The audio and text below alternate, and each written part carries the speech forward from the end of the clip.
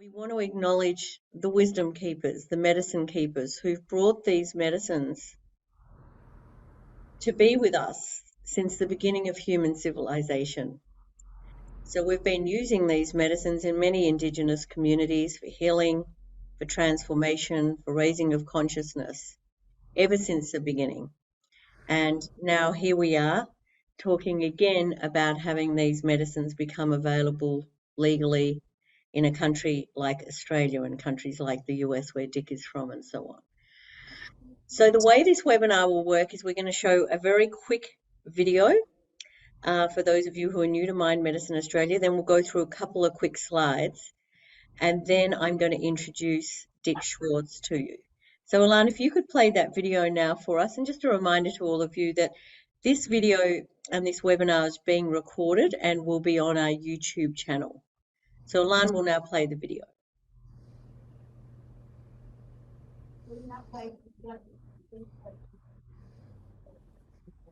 That over 45% of Australians will experience mental illness in their lifetime. That's nearly half of us.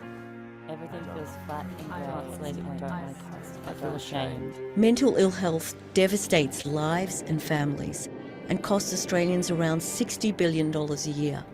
Research and treatment expenses continue to rise, yet rates of mental illness indicate that we're losing the battle. New approaches are urgently needed to address this immense suffering and cost. Psychedelic-assisted psychotherapy is currently being trialled worldwide and has demonstrated remarkable promise in treating depression, anxiety, addiction, and post-traumatic stress disorder, with new trials underway for treatment of dementia and anorexia. The treatment combines a short program of psychotherapy with just a few medicinal doses of psilocybin or MDMA. In the 1950s and 60s, psychedelic treatments had a major impact in psychiatry, and many considered it the next big thing in mental health treatment. But for political reasons, the Nixon administration criminalised the use of psychedelics and effectively stopped all research. That research has finally begun again. With proper clinical support, psychedelic treatments are safe and frequently lead to remission after only a short program, and even where current treatments have failed. Here at Mind Medicine Australia, we believe everyone should have access to the best treatments for mental illness. We will seek to establish best practice in regulated psychedelic-assisted treatment. Mind Medicine Australia is wholly focused on the clinical application of psychedelic medicines. We're preparing for change by developing therapist training, ethical guidelines, a centre of excellence in psychedelic medicine, educational material and events, and supporting clinical research. We're a small organisation doing big things, and we need your support. Please share this video and visit our website to support us and get involved. And yeah, it's great to see such a diverse group of people here as well, as always for our webinars, people from Houston, Texas and Kansas and all over the world really. It's wonderful. Welcome to our Mind Medicine Australia Global Webinar. We're just going to show a couple of quick slides now. So Alana, if you could pop them on now, and we'll give you a very short introduction to Mind Medicine Australia. Many of you are new to us on this webinar today, and for those of you that know us, bear with us, and we'll be introducing Dick very shortly. So if we could have those slides, please, Alana.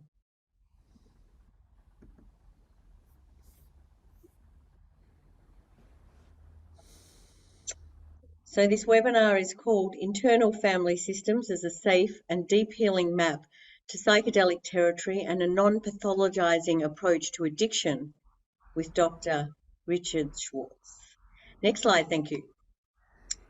And just a reminder that we focus entirely clinically on the use of these medicines. Next slide, thank you. So we have a huge mental health crisis in Australia. Pre-COVID, 1 in 5 Australians had a mental illness. It's suggested that now as many as 1 in 3 or 1 in 4 Australians have a mental illness coming out of the pandemic. And we have the second highest rate of antidepressant use in OECD nations.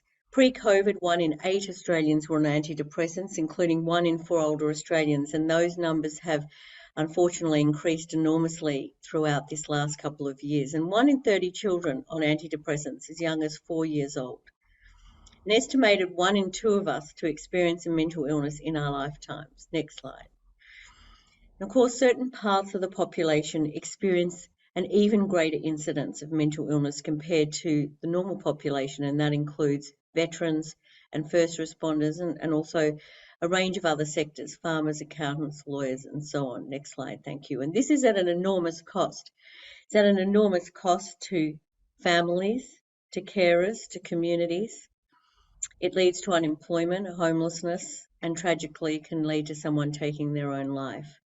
The total cost, according to the Productivity Commission, was $220 billion last year. But that, of course, does not count the human suffering, which is costless, which is, something that can never be healed. Next slide, thank you. So the elephant in the room is the lack of innovation and treatments for mental illness for over 50 years. We have our government saying, let's provide new access gateways. Let's train more therapists. Let's provide more mental health treatment plans and so on.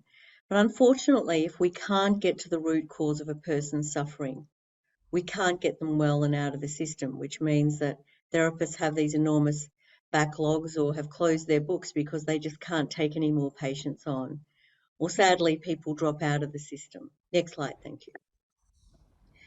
So in the case of depression, with existing treatments, only 30 to 35% of sufferers will experience remission from current treatments. Relapse rates are high and side effects can be very significant. In the case of post-traumatic stress disorder, remission rates are as low as 5%. Next slide. So we're a charity set up by my husband and I. We're social entrepreneurs, and this is the 6th charity that we've set up. And our goal is to expand the treatment options available to practitioners and their patients to alleviate the immense suffering and suicides in our community. Our focus at the moment is on psilocybin and MDMA, but we're also interested in research with ketamine, ibogaine, DMT, ayahuasca, and so on. For us, success means that these therapies become an integral part of our mental health system, so that if you go to your medical practitioner, they will give you psychedelic-assisted therapies as one option alongside traditional antidepressants or antipsychotics or psychotherapy, and provide full disclosure on the risks and benefits of each type of treatment. We also hope that these treatments will continue to achieve the very high remission rates that they've been achieving in hundreds of trials around the world, around 60 to 80% remission rates after just 2 to 3 medicinal treatments with a short course of psychotherapy.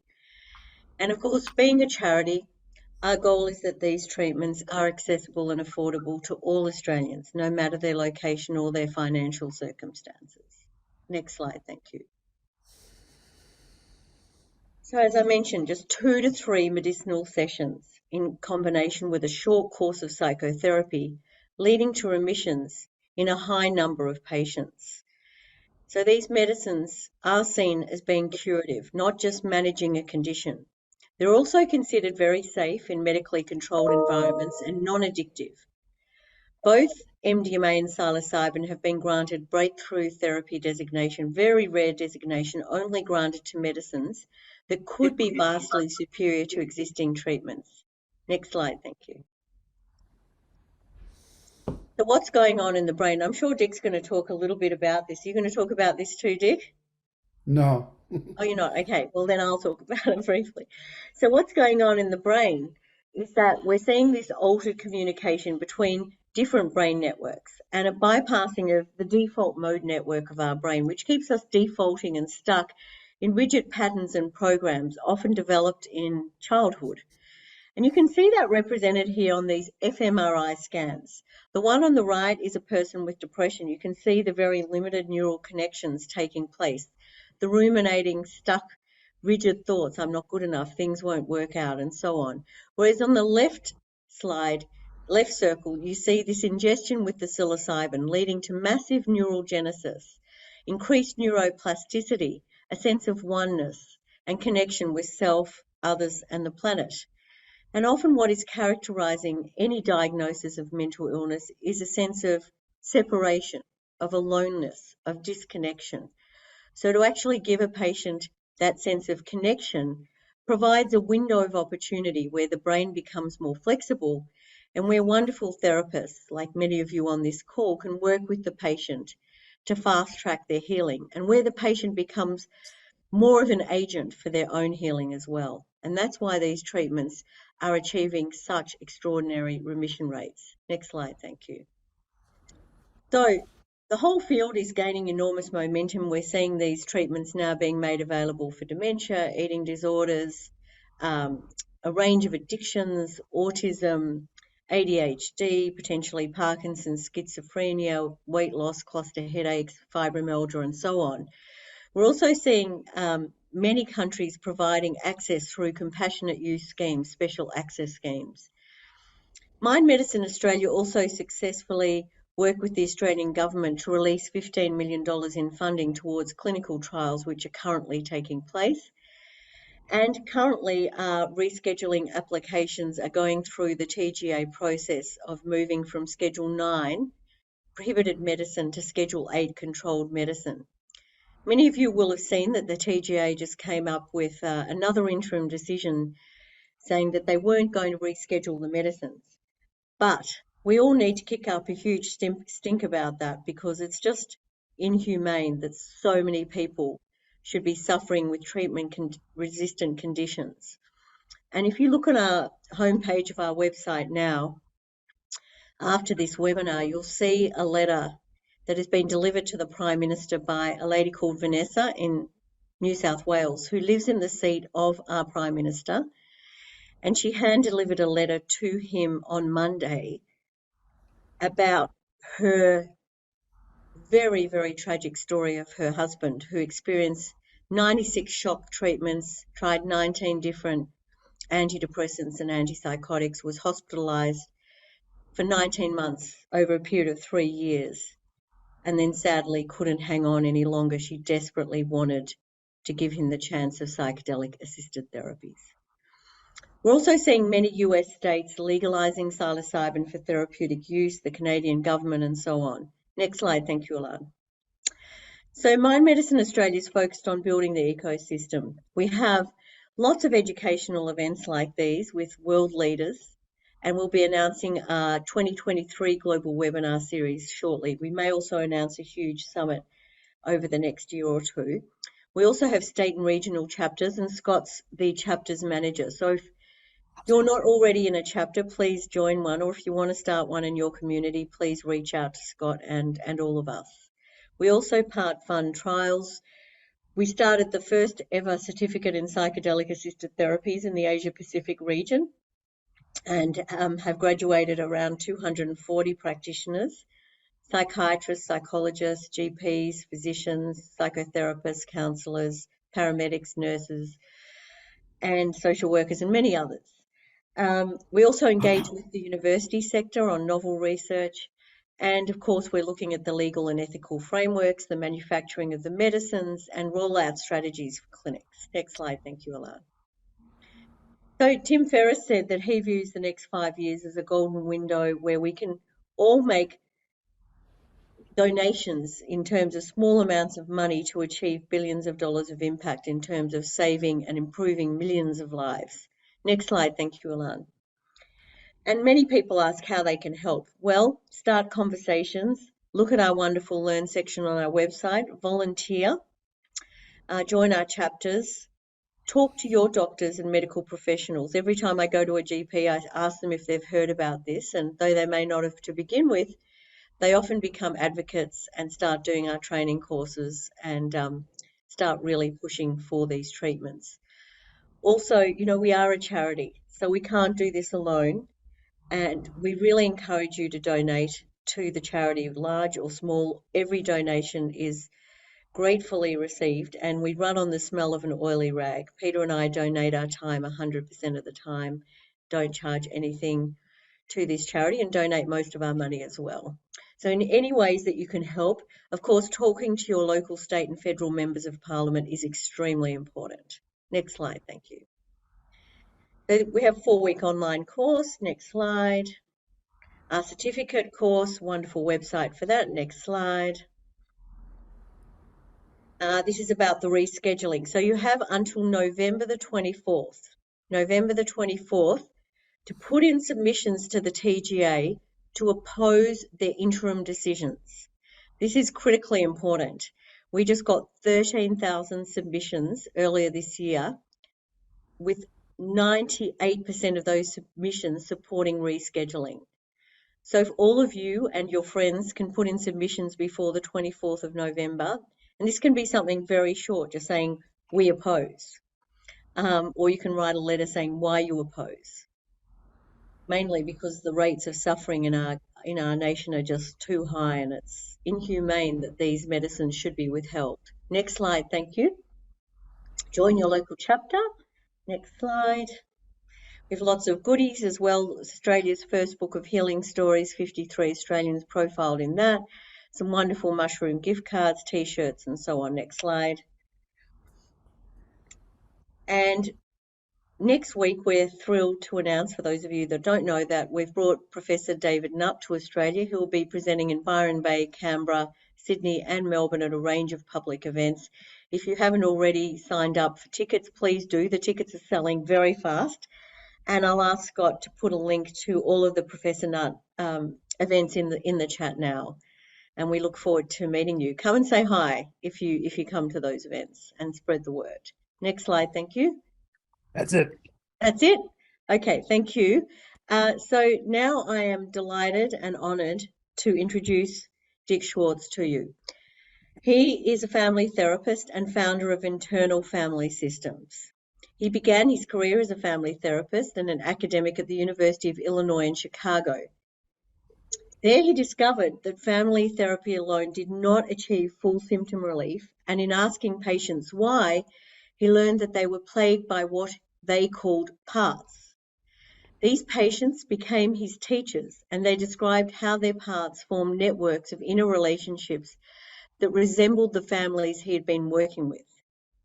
He also found that as they focused on and thereby separated from their parts, they would shift into a state characterized by qualities like curiosity, calm, confidence, and compassion.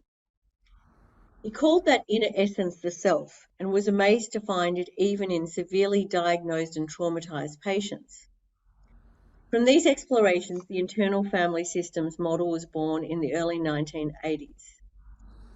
Internal family systems is now evidence-based and has become a widely used form of psychotherapy, particularly in the case of trauma.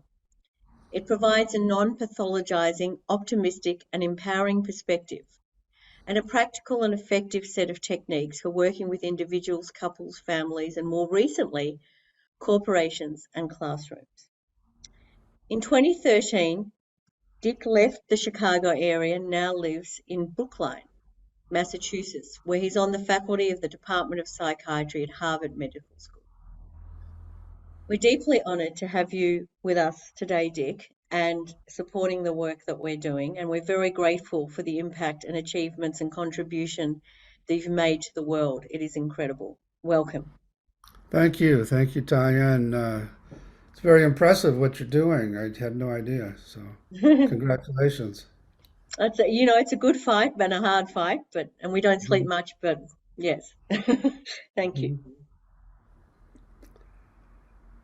So you want me to talk about IFS?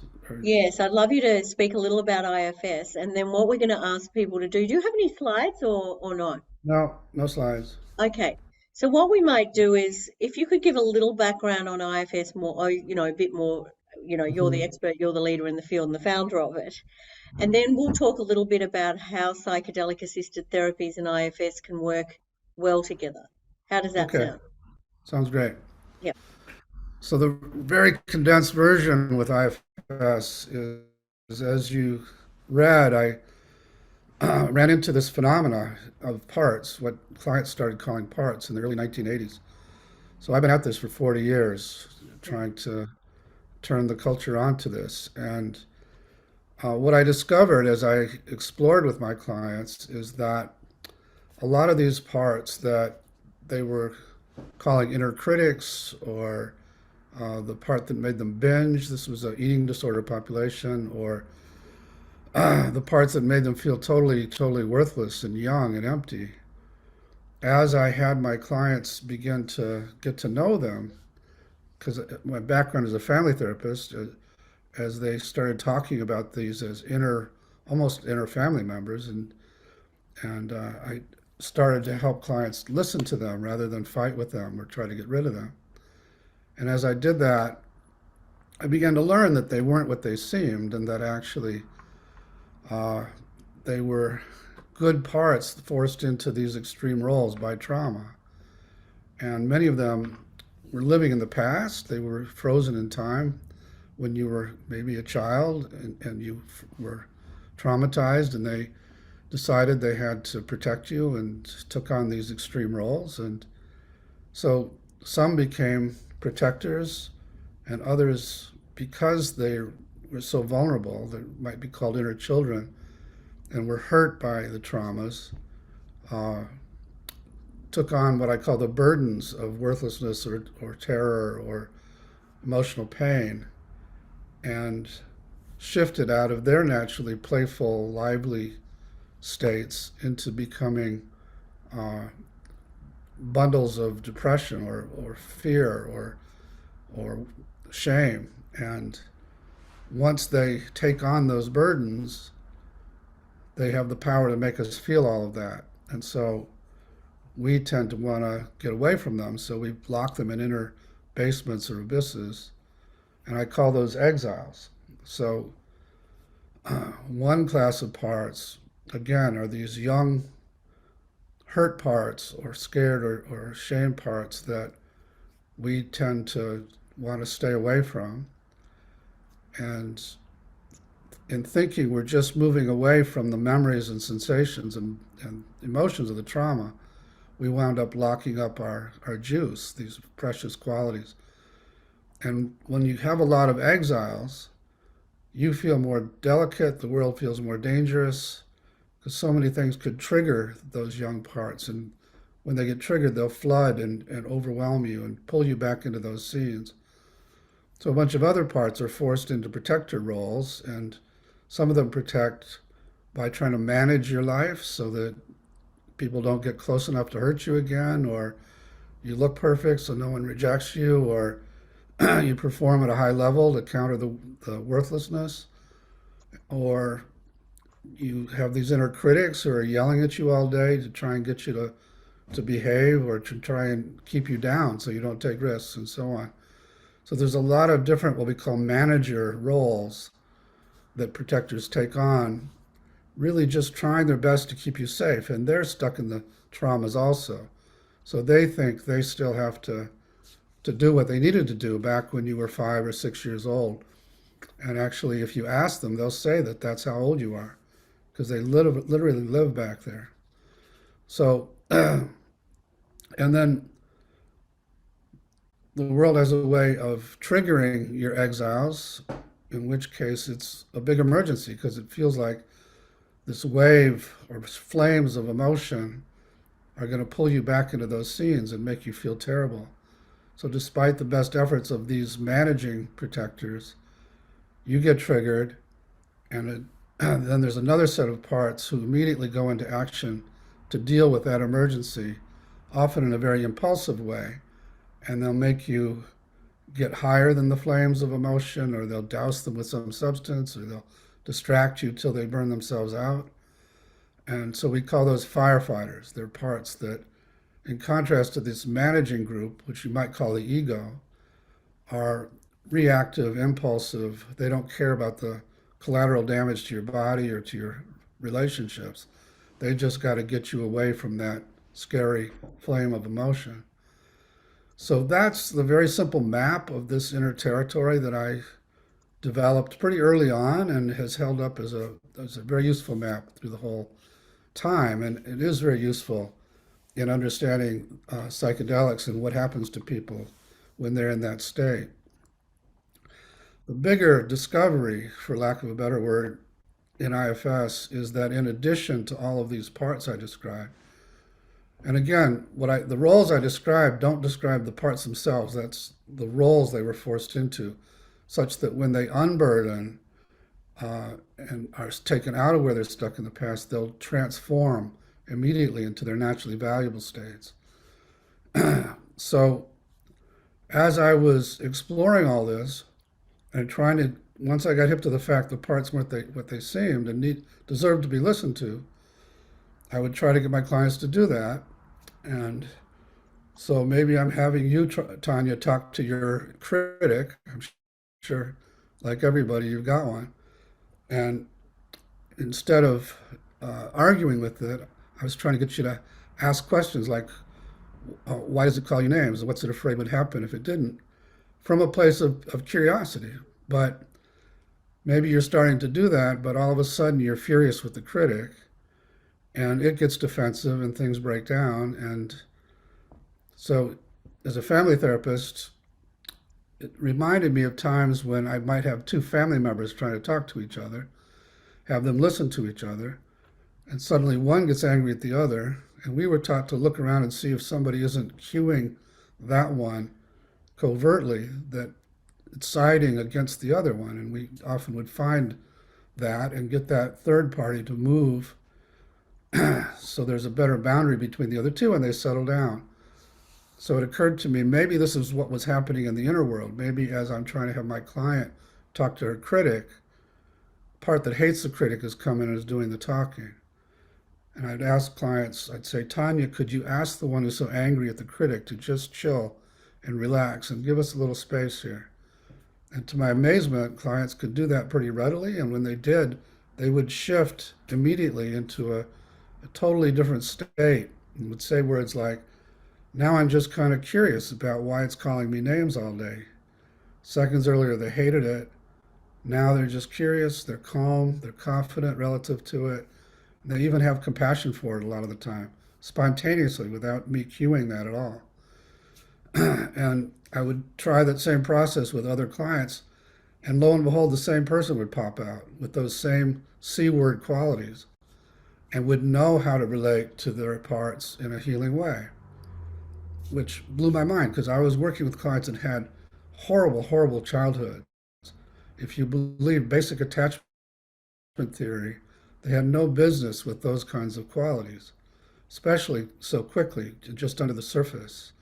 So now, 40 years later, we can safely say that what I call self with a capital S, is in everybody, can't be damaged, is just beneath the surface of these parts, so that when they open space, it pops out and knows how to heal. And that's the big discovery of IFS. And that is very related to psychedelics in a way that I'll tell you in a second. So, yeah, so that's the map. There are these groups of roles that parts are forced into, those three different groups, and then there is this self also. And the goal is to help the parts transform out of these roles and let go of the feelings and beliefs they've been carrying from the traumas, and then begin to trust the self as an internal leader, because most of them don't. Most of them are like what we in family therapy we call parental children. They've been trying to drive your bus, and they're not old enough to do it in any kind of good way, although they're trying their best. So helping them see there is somebody else in there that can run things, both in the inner and outer world, is a big relief to many of these parts. So that's part of the work. And then helping the parts depolarize and get to know each other and work together as a team, and then being able to be self-led in the outside world. So those are the main goals of IFS. So you might wonder how this all relates to psychedelics. Were you going to ask that? Yes, yes, yes. Exactly. So, so my interest in psychedelics goes back to the early days of MAPS, actually, because you probably know Michael Mithoefer, or you know that name. I don't know if he's been on your program. No, I'd love him to be, Uh, but so we love him. Yeah, great guy. you were what? No, we have a lot of respect for Michael and Annie's work. We haven't had them on the series yet. Yeah. We'd love to. Yeah. So they're IFS therapists, and they were involved from the beginning with the MDMA research. And one day Michael called me and said, "You'll be amazed, but we've been keeping track of how often, this was in the early trials, how often spontaneously people start doing IFS in these MDMA sessions, in the sense that uh, they start working with a part. A part comes up, and they start talking to it, and often talking in a compassionate way, maybe holding it, just in the same way that we do in IFS, only the therapist didn't cue that. The therapist didn't in any way suggest that they start working with parts. They just started to do it. And as they kept track of that, they found that with the high dose MDMA, about 80% did some form of IFS on their own. And so that piqued my curiosity, and so I explored a little MDMA myself, and then um, started to follow the research more carefully, and then started to get involved with ketamine as well, and psilocybin too. And as I did that, I came to realize that the effects of psychedelics in general, if I were to really generalize, are to almost put to sleep these manager parts, which you were calling the default network, Hmm. so that self comes up in a huge way. And when you showed those two brains back to back, so the one would be where the managers are really clamped down on a person, which is the way most of us are, the default network. And then the other one with all the connections would be when a lot of self has been accessed. So, um, so it did seem like these medicines facilitate the access of this healing person inside of us in a big way. And then once that's the case, it's an invitation to all of these outlying parts that had the client didn't have access to before because the managers were so afraid of them and didn't want them to connect with. And so it's just a way to facilitate what we're trying to do, and we can do in one psychedelic session what it often takes maybe 10 IFS sessions in some Wow. cases. Wow. So and so as these exiles come in and self is very present, people spontaneously start to work in a healing way with those parts. So Hmm. And why why do some people then have bad experiences, given that all the parts are coming in and they're getting that sense of oneness and that more whole self? yeah, well, one of the lessons I learned early on was the folly in trying to immediately go to exiles with clients. Because I did try to do that early on because they would talk about these very hurting parts, and it seemed like we need to get to that so we can heal it. And I would do my best to do that. But then clients would have what I call backlash reactions afterwards because the protectors who didn't want us to go there hadn't been consulted and we didn't go Right. with their permission.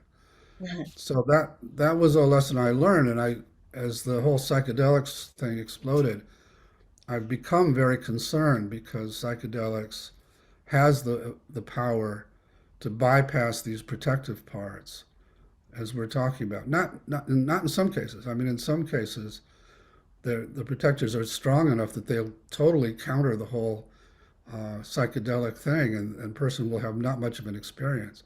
Yeah. But much more often, uh, clients will open up really wide, and they'll get memories and all kinds of vulnerable experiences, which during the session seem good and healing, but then they'll have these backlash experiences afterwards. And so to prevent that, what we've learned is in the preparatory sessions to invite all the protectors to come in and share their fears about doing the medicine, Mm-hmm. and and then the facilitator tries to address each of their fears. And so we don't go into the medicine sessions without permission from the protectors.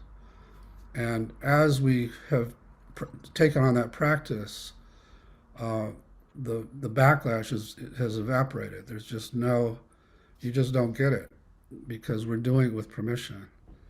What Um, David's just asking, what does a backlash look like? oh, I've had sessions where, uh, and these aren't psychedelic sessions, but Yeah, in the early days, for example, where a client left my office and got into a car crash and claimed he didn't see the car, right, or spiked 102 fever immediately, or just had a huge shame attack afterwards, and so on and so on. So it's sort of these protectors are punishing the client for opening up like that.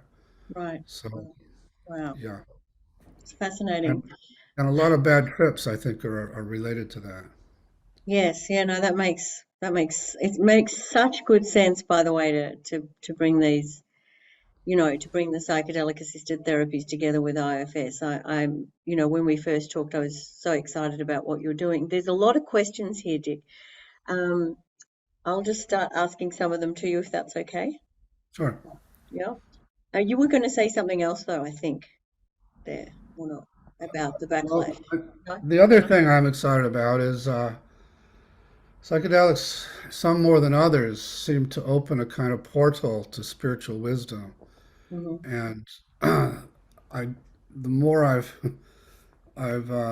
grown into the idea that this is a way that this is a very spiritual kind of therapy, IFS, the more interested I've become in getting more access to that. And that right now our planet really needs access to that.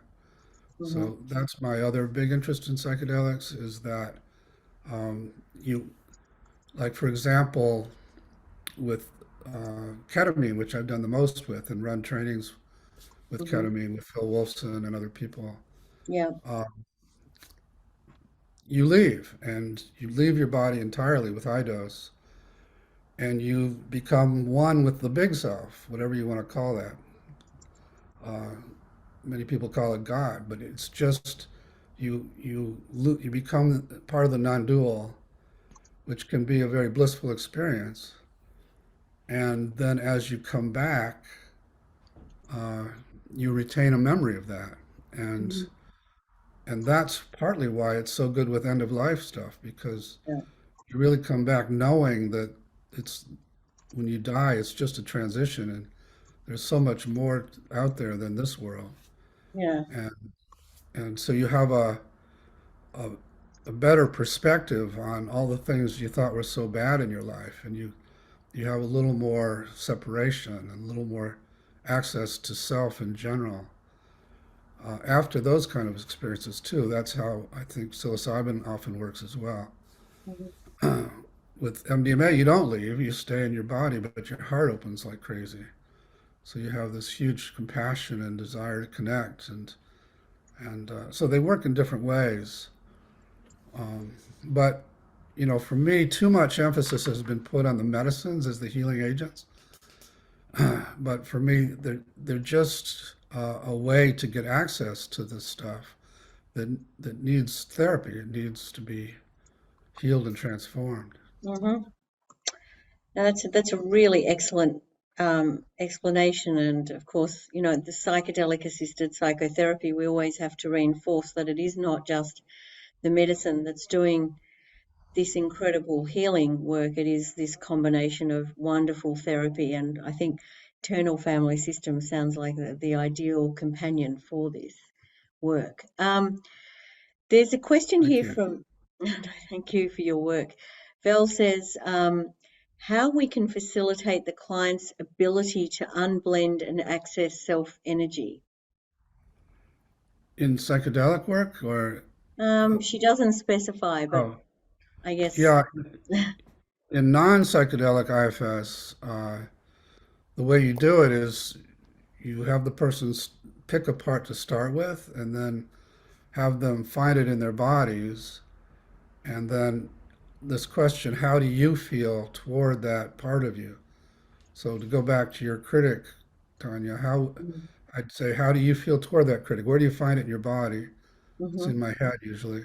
How do you feel toward it? And in answering that, you're acknowledging that you're not that part. You're separate from it, and you get a little mm-hmm, separation by focusing on it.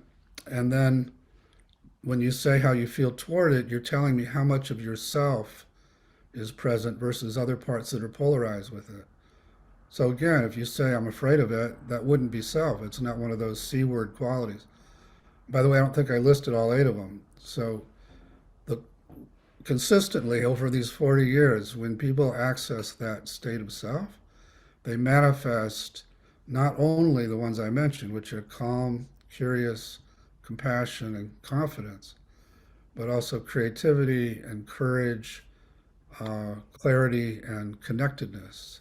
Those are what we call the 8C qualities of self. And so I would be listening to your answer to hear any of those qualities. And once I got you curious and calm and so on by getting other parts to separate, then it's safe to have somebody go ahead and start working with the part. And I would say, ask this critic what it wants you to know about itself. And it would start to tell its story of how it had to protect you by yelling at you all the time. Absolutely fascinating. There's a question here from CRF. Dick, I have clients who are opposed to parts language. I wonder how I can facilitate the 6Fs using implicit direct language. Without knowing the parts that clients are blended with, I find myself a bit lost sometimes. Yeah, it's challenging if people don't like to think of themselves that way, which is sometimes true, far less than it used to be. Um, and so you're doing what I think the questioner said, implicit IFS. Uh, you're seeing the parts and you're hearing them speak from those parts without using the word, and you know you're talking to the part, but you just know that if you use the word, especially in the early phases of therapy, the client's going to react. So it's challenging. It's more challenging, but it can be done. And then a lot of times after you've done that for several sessions and the client trusts you, then you bring up parts again and they say, oh yeah, there's this one and that one, and it was really just about not totally trusting you yet. Okay, got you. And there's a question here about who's asking that they'd love to hear more about depolarizing parts. Yeah, so I mentioned these three groups, and there's often a big polarization, for example, between these firefighters, these very impulsive, addictive parts, not always addictive, sometimes they're dissociating you or there are various ways they operate. But those parts, and then the managers who are desperately trying to get people to like you and keep you under control. And so there's a battle going on in which the managers are yelling at you for allowing these firefighters to do what they do, which the problem of one of the problems with that is that all the shaming that the manager is doing to try and get you to behave goes right to the heart of the exile, who now feels even more shame, which means the firefighter has to do his job more. So most addicts are caught in that vicious cycle of desperately trying to control their addiction and feeling totally angry at themselves for not being able to do it. But all of that goes to making the need for the addiction even more. And so to interrupt that, I start with that shaming critic, get it to relax a little bit, go to the firefighter, the addictive firefighter, honor it for its service, like you might the military. Learn about when it took on this job and how long it's been doing it and what's it afraid would happen if it didn't make you high. In answering that, it'll tell you about the exile it's protecting, and then get permission to go to that exile. And we have a like a 5-step process for healing exiles. Heal the exile, and then come back and have the addicted part come in and see it doesn't need to do this anymore because there's the shame isn't there anymore, or the pain. And what would it like to do instead? And you'd be amazed at the answers to that. And then psychedelics really expedites that whole process. So I'm very excited about the prospect of using psychedelics with addictions. So what can you summarize very briefly the 5-step process for healing the exile? Okay, so your critic said, okay, it's protecting a part of you that's young and hurt and carries a lot of pain from a trauma in your childhood. And I would say, Tanya, I want you to focus on that feeling and find it in your body. And you'd say, it's in my gut. And how do you feel toward that one? I feel sorry for her. Okay, let her know. And the first step is to form a trusting relationship with you. So, how's she reacting to your compassion? Well, she turns her back because she's mad at me because I locked her away. Okay, so we're going to spend some time just earning her trust again, showing her lots of compassion, apologizing to her for locking her up. So we do that and that's the first step, until we have a trusting relationship with the little girl. And then I would have you ask her what happened to her to make her so hurt, and to actually give you all the feelings and sensations and memories from that time. And you would become a compassionate witness to your own history, which sometimes can be quite emotional and challenging. But if there's enough self, we don't really worry about the overwhelm. So I would have you just stay with that until the little girl felt like now you finally get what happened and how bad it was. And then I would say, Tanya, I want you to go into that scene and be with her in the way she needed somebody. And you wouldn't see yourself there. You would just be there seeing the girl.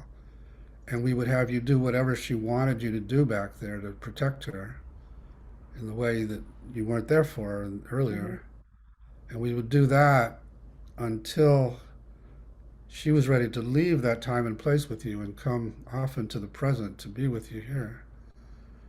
At which point, when she really trusts she doesn't have to go back, I would have you ask if she's ready to unload the feelings and beliefs she got back there. And these parts are willing to do that at that point, usually. And then we would have you ask her what she wants to give it all up to and offer a menu of options like light or water or fire. And she picks one and we do that. And gets all this stuff out of her body, these extreme beliefs and emotions, at which point she transforms and wants to play and feels much lighter. And that's a healed exile. And so then we bring in the protectors to see they don't have to protect her anymore. And what do they want to do now? They can do totally different jobs now if they want. So. That's excellent. Thank you for answering that question. There's a question here, from Vicky. Doing IFS work can be very intense and very emotional for the client. Can you talk about the potential benefits and risks of accessing parts while under the influence of psychedelics? We sort of have to some extent already, but she says, I can imagine both great opportunities and great risks when a person is in an altered state and doing IFS, when it's often already intense to do while sober. Yeah, again, that is the danger, that you're going to go to these very intense places, sometimes places the client didn't even know about, and that there's going to be a big backlash. So that's why we're so careful to not do it without permission. And even when you do get a lot of permission, sometimes you didn't get the word from every protector, and so they will still have bad experiences. But then, if I'm with somebody and suddenly they're having a panic attack, I don't think, oh my God, they're having a panic attack. I think, oh, here's this little exile who's been locked away for so long and is terrified, and so let's welcome her, but ask her to separate a little bit so you can help her and be with her rather than become her, which is what a panic attack is. Hmm. Yeah. Or suddenly somebody dissociates in a big way. I don't think, oh my God, they're dissociating. I think, oh, there's some part that got triggered that's taken them out. Let me talk to that part about what it's afraid would happen if it let them stay. So IFS provides like a non-pathologizing framework for understanding all kinds of reactions and for you as a facilitator to not panic when these things happen because you know it's just the activity of protective parts that need a little bit of attention or the activity of an exile that's suddenly burst out and needs to be welcomed. So it's like that. I thank you very much for that. And there's a question here. Yushin says, I've done some IFS work before and found it difficult to connect to parts or ask an intervening part to step away. Could you give me some tips about how to break through this? Well, you have to work with the parts that won't give you permission, that keep interfering, and learn about their fears about letting you keep going inside. And then we have ways, and we've written about it in a lot of the books, ways to address those fears. But, again, we just learned to be extremely respectful of these protectors and go to them first without trying to get to parts they don't want us to go, Hmm. so that we go with permission. And there's a question here that relates directly to that about, do you have any suggestions about how to elicit a conversation with the protector parts? Like, Well, that's not hard. You know, one way is what we call direct access, where let's say I am talking to you and you tell me about some little exile part of you inside, and so we start to head there, and all of a sudden you feel extremely sleepy and can't even think, and and, and it's really common. And I would say, let me talk to the part that just jumped in and made you so sleepy. And I would say, okay, are you willing to talk to me? And a lot of these parts won't talk to you, but they'll talk to me for some reason. I'd say, let me talk to the sleepy part. Okay, are you Tanya's sleepy part? Yes. Okay, and you just came in now, is that right? Yeah. And what are you afraid would have happened if you let us continue to go to that girl? Well, she can't handle that girl's feelings, so I have to make sure she doesn't feel it. Oh, okay. Well, I'm sorry we did it without your permission, and you don't have to take her out that way to tell us it's too much. Now that we know you, I'll just ask for your permission, and I want to hear more about why you're so scared of this little girl, and then I'll be reassuring of this dissociative part until it gives us permission, and then we go, and now you don't get sleepy when you do it. thank you. And there's a question here from Tom that says, do psychedelics have the potential to create self-life guru manager parts? Self-like guru. I think having trouble understanding the question too. Um, I think what he's asking is to create the manager parts. well, yeah. Do they have the potential to do that? I haven't run into it. It's really quite the opposite. It's they put the managers offline somehow and really give you access to a lot of self, Yeah. especially if you get permission going in. If you don't get permission, yeah, they'll hang around. It isn't like you create them, but they're not going to really let you have the full experience. Thank you. I thought you'd say that. There's a question here from Jane who says she's been seeing an IFS therapist for 8 to 10 months, found it very helpful, but she has a lot of blocking parts and also a very eager part who wants to push for speedier and deeper work. Then again, she has ADHD parts who have her chasing shiny things instead of doing the inner work like meditation, journaling, participating in online healing groups, and so on. Yeah, Um, so you just described a polarization. yeah.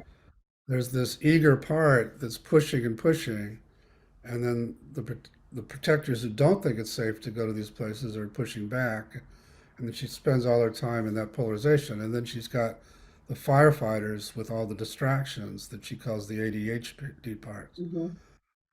who are also reacting to the polarization and then also reacting to the exile. So typically, I'll get that striving, pushing part to step back first, because as long as it's doing that, the other protectors are going to dig their heels in. Hmm. Thank you for that. There's a question here, Josh. Based on the assumption that there are a finite number of archetypical parts, if you could collect enough data points on an individual, would it be possible to produce a predicted parts map to fast track exploration for both the therapist and participant? I don't know that there's a finite number, but we do a lot of mapping. So there's a whole, I think I might have a mapping exercise in my latest book, which is No Bad Parts, where I could have you again, Tanya, start with one part and stay with it until another part shows up, and then on a piece of paper, draw them out. And, we would have maybe five, six parts, and I would have you then plot out how they relate to each other. And you would have a kind of map of who are the firefighters, who are the managers, who are the exiles. And then we, could figure out which one to start with and so on. So mapping is a really good way to go. Hmm. Thank you for that. We'll definitely put the name of your latest book in the thank you note that we send out as well, Scott. If you could make a note of that. Um, what is the best thing to focus on from an IFS perspective when having esketamine? Uh, you know, it depends on what the client's intention is going into it. So the prep sessions are both working with protectors, getting permission, and then negotiating with all the protectors what they want to have happen during the medicine session, such that they go in with everybody on board for that intention. And so if someone comes to a ketamine session with a clear intention, then when they come back from being gone, which is low dose is like 12 minutes and high dose is 20 minutes. And now they're back. Now they're in a lot of self. And so I'll remind them of their intention as the facilitator and see if that part is around. And if not, we'll just see who is around. And uh, there's a lot of wisdom in people's inner systems about who needs to be healed first. And so often just the right part will show up. The other thing I love about it is, I did I think I said this, a 6-day retreat with Phil Wolfson recently, and we could have everybody take low dose ketamine, and I would have a circle of maybe 8 people and in a fishbowl with everybody else kind of watching. Wow. And for maybe 10 minutes each, I would go around the circle and we could do life changing sessions in that 10 minutes just because they had accessed so much self. So that's part of why I'm very excited about it. And also very, very worried about the cultural backlash and that psychedelics will become illegal again because there's just too many people doing it in a kind of rogue way and without working with protectors. Thank you for that. Michelle, we've talked a little bit about, Dr. Schwartz has talked a bit about IFS and psychedelic therapy and treating addictions. Did you want to add anything else about treating addictions with psychedelic assisted therapy, Richard? You, Just that it really facilitates it. mhm. Um, I'm on a kind of crusade to change the way addictions are treated and to have people stop fighting with their addict parts because it just makes them, most addiction treatments work and people stay in recovery because they've exiled the addictive part along with the other exiles.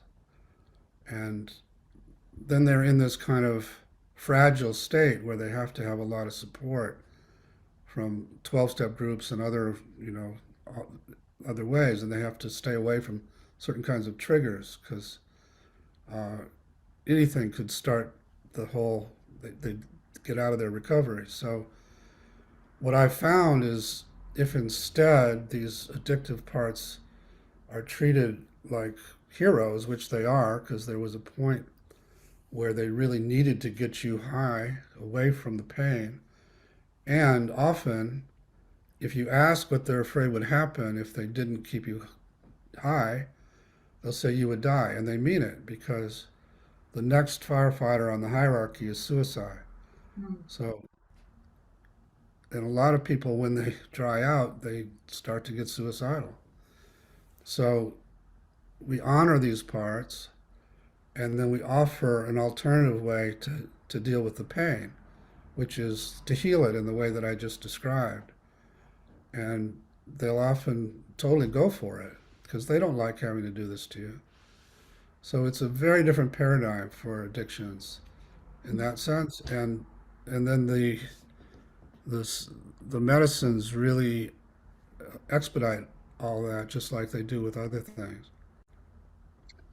Thank you so much. There's so many questions here. I'm going to ask some more quick ones. See if we can get through. Are you good for a few more, Dick? A few more. Questions? Yeah. This one I think fairly quick from Sharon. I've had schema therapy over the past 8 years. Does this mean I could bypass your therapy before a psychedelic treatment? I could bypass what? I suppose she means IFS before a psychedelic treatment. You can do whatever you want.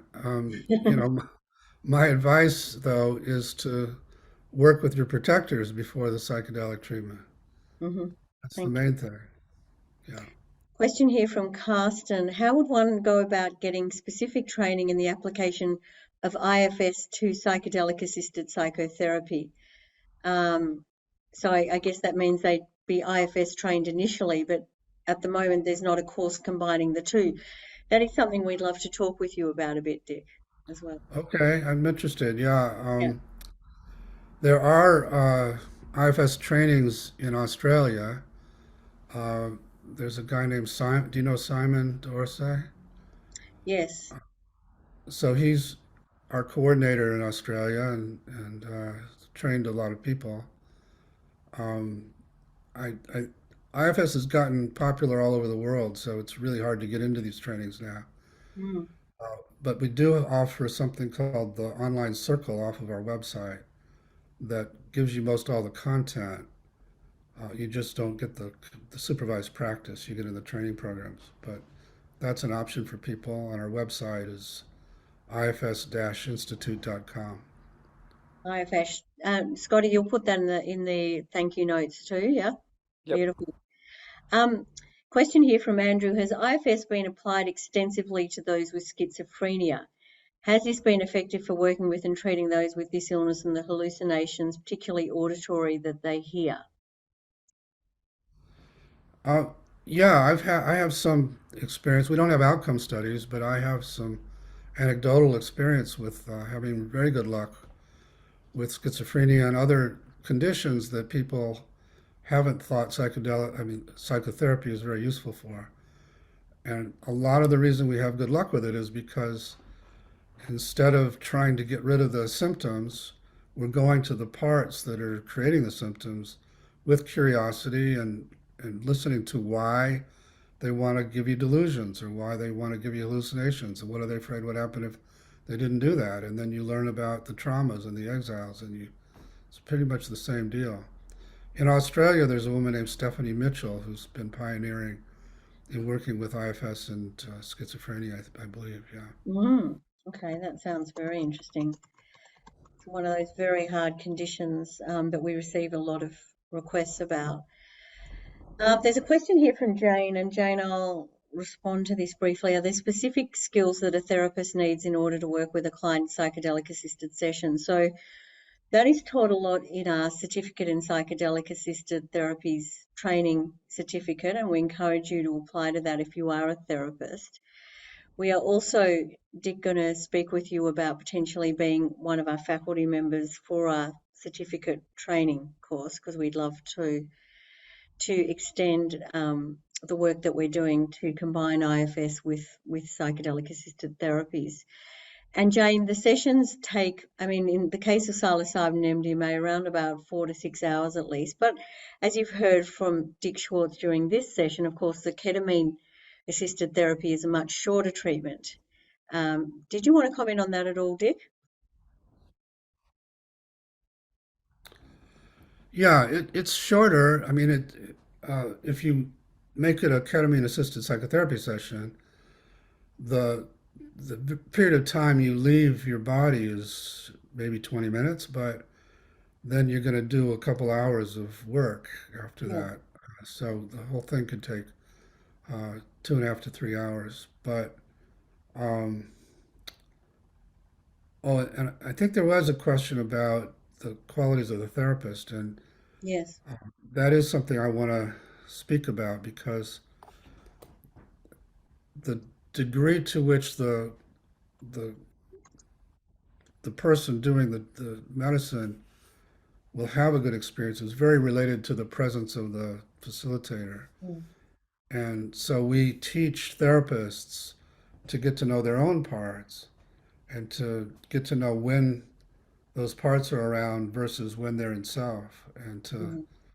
to practice getting into the state of self when they're with people and holding Mm. that. And what we find is self is contagious, so that if I can be in myself, even as I'm talking to you, you will sense the safety of that, and your protectors will relax Mm. more and more, and that will release yourself more and more.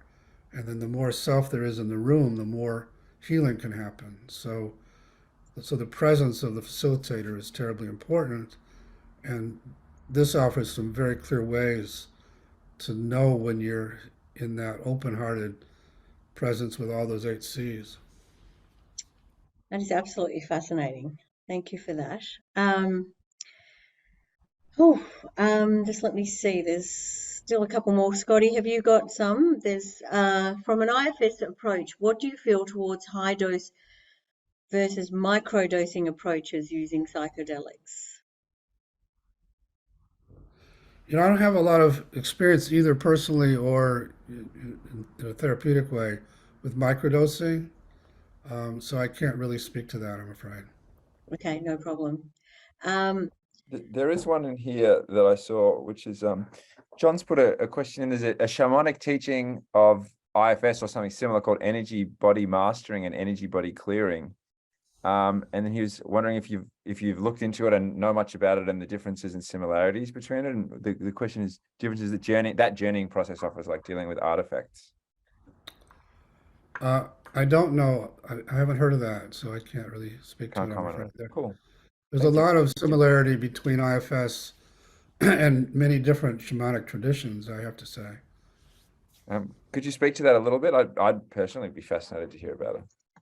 Yeah, I developed IFS, and then maybe 3 or 4 years into it, a woman named Mitchie Rose joined our group.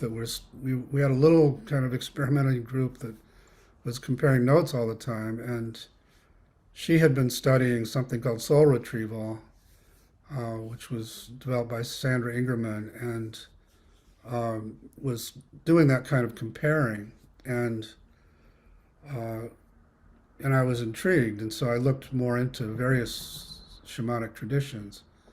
I would say because we enter a similar world to what the shamans do through drumming and other ways. We do it by simply having people focus on a part and start talking to it, and suddenly you you're in this other world. But I think it's the same world. One of the big differences is in the shamanic traditions, often you're calling upon these spirit guides or spirits to do the retrieving of these lost pieces of your soul, they call it, rather than self. And so we have such we value so much self leadership and having the parts relate to self rather than some spirit entity, that I think that's an improvement actually.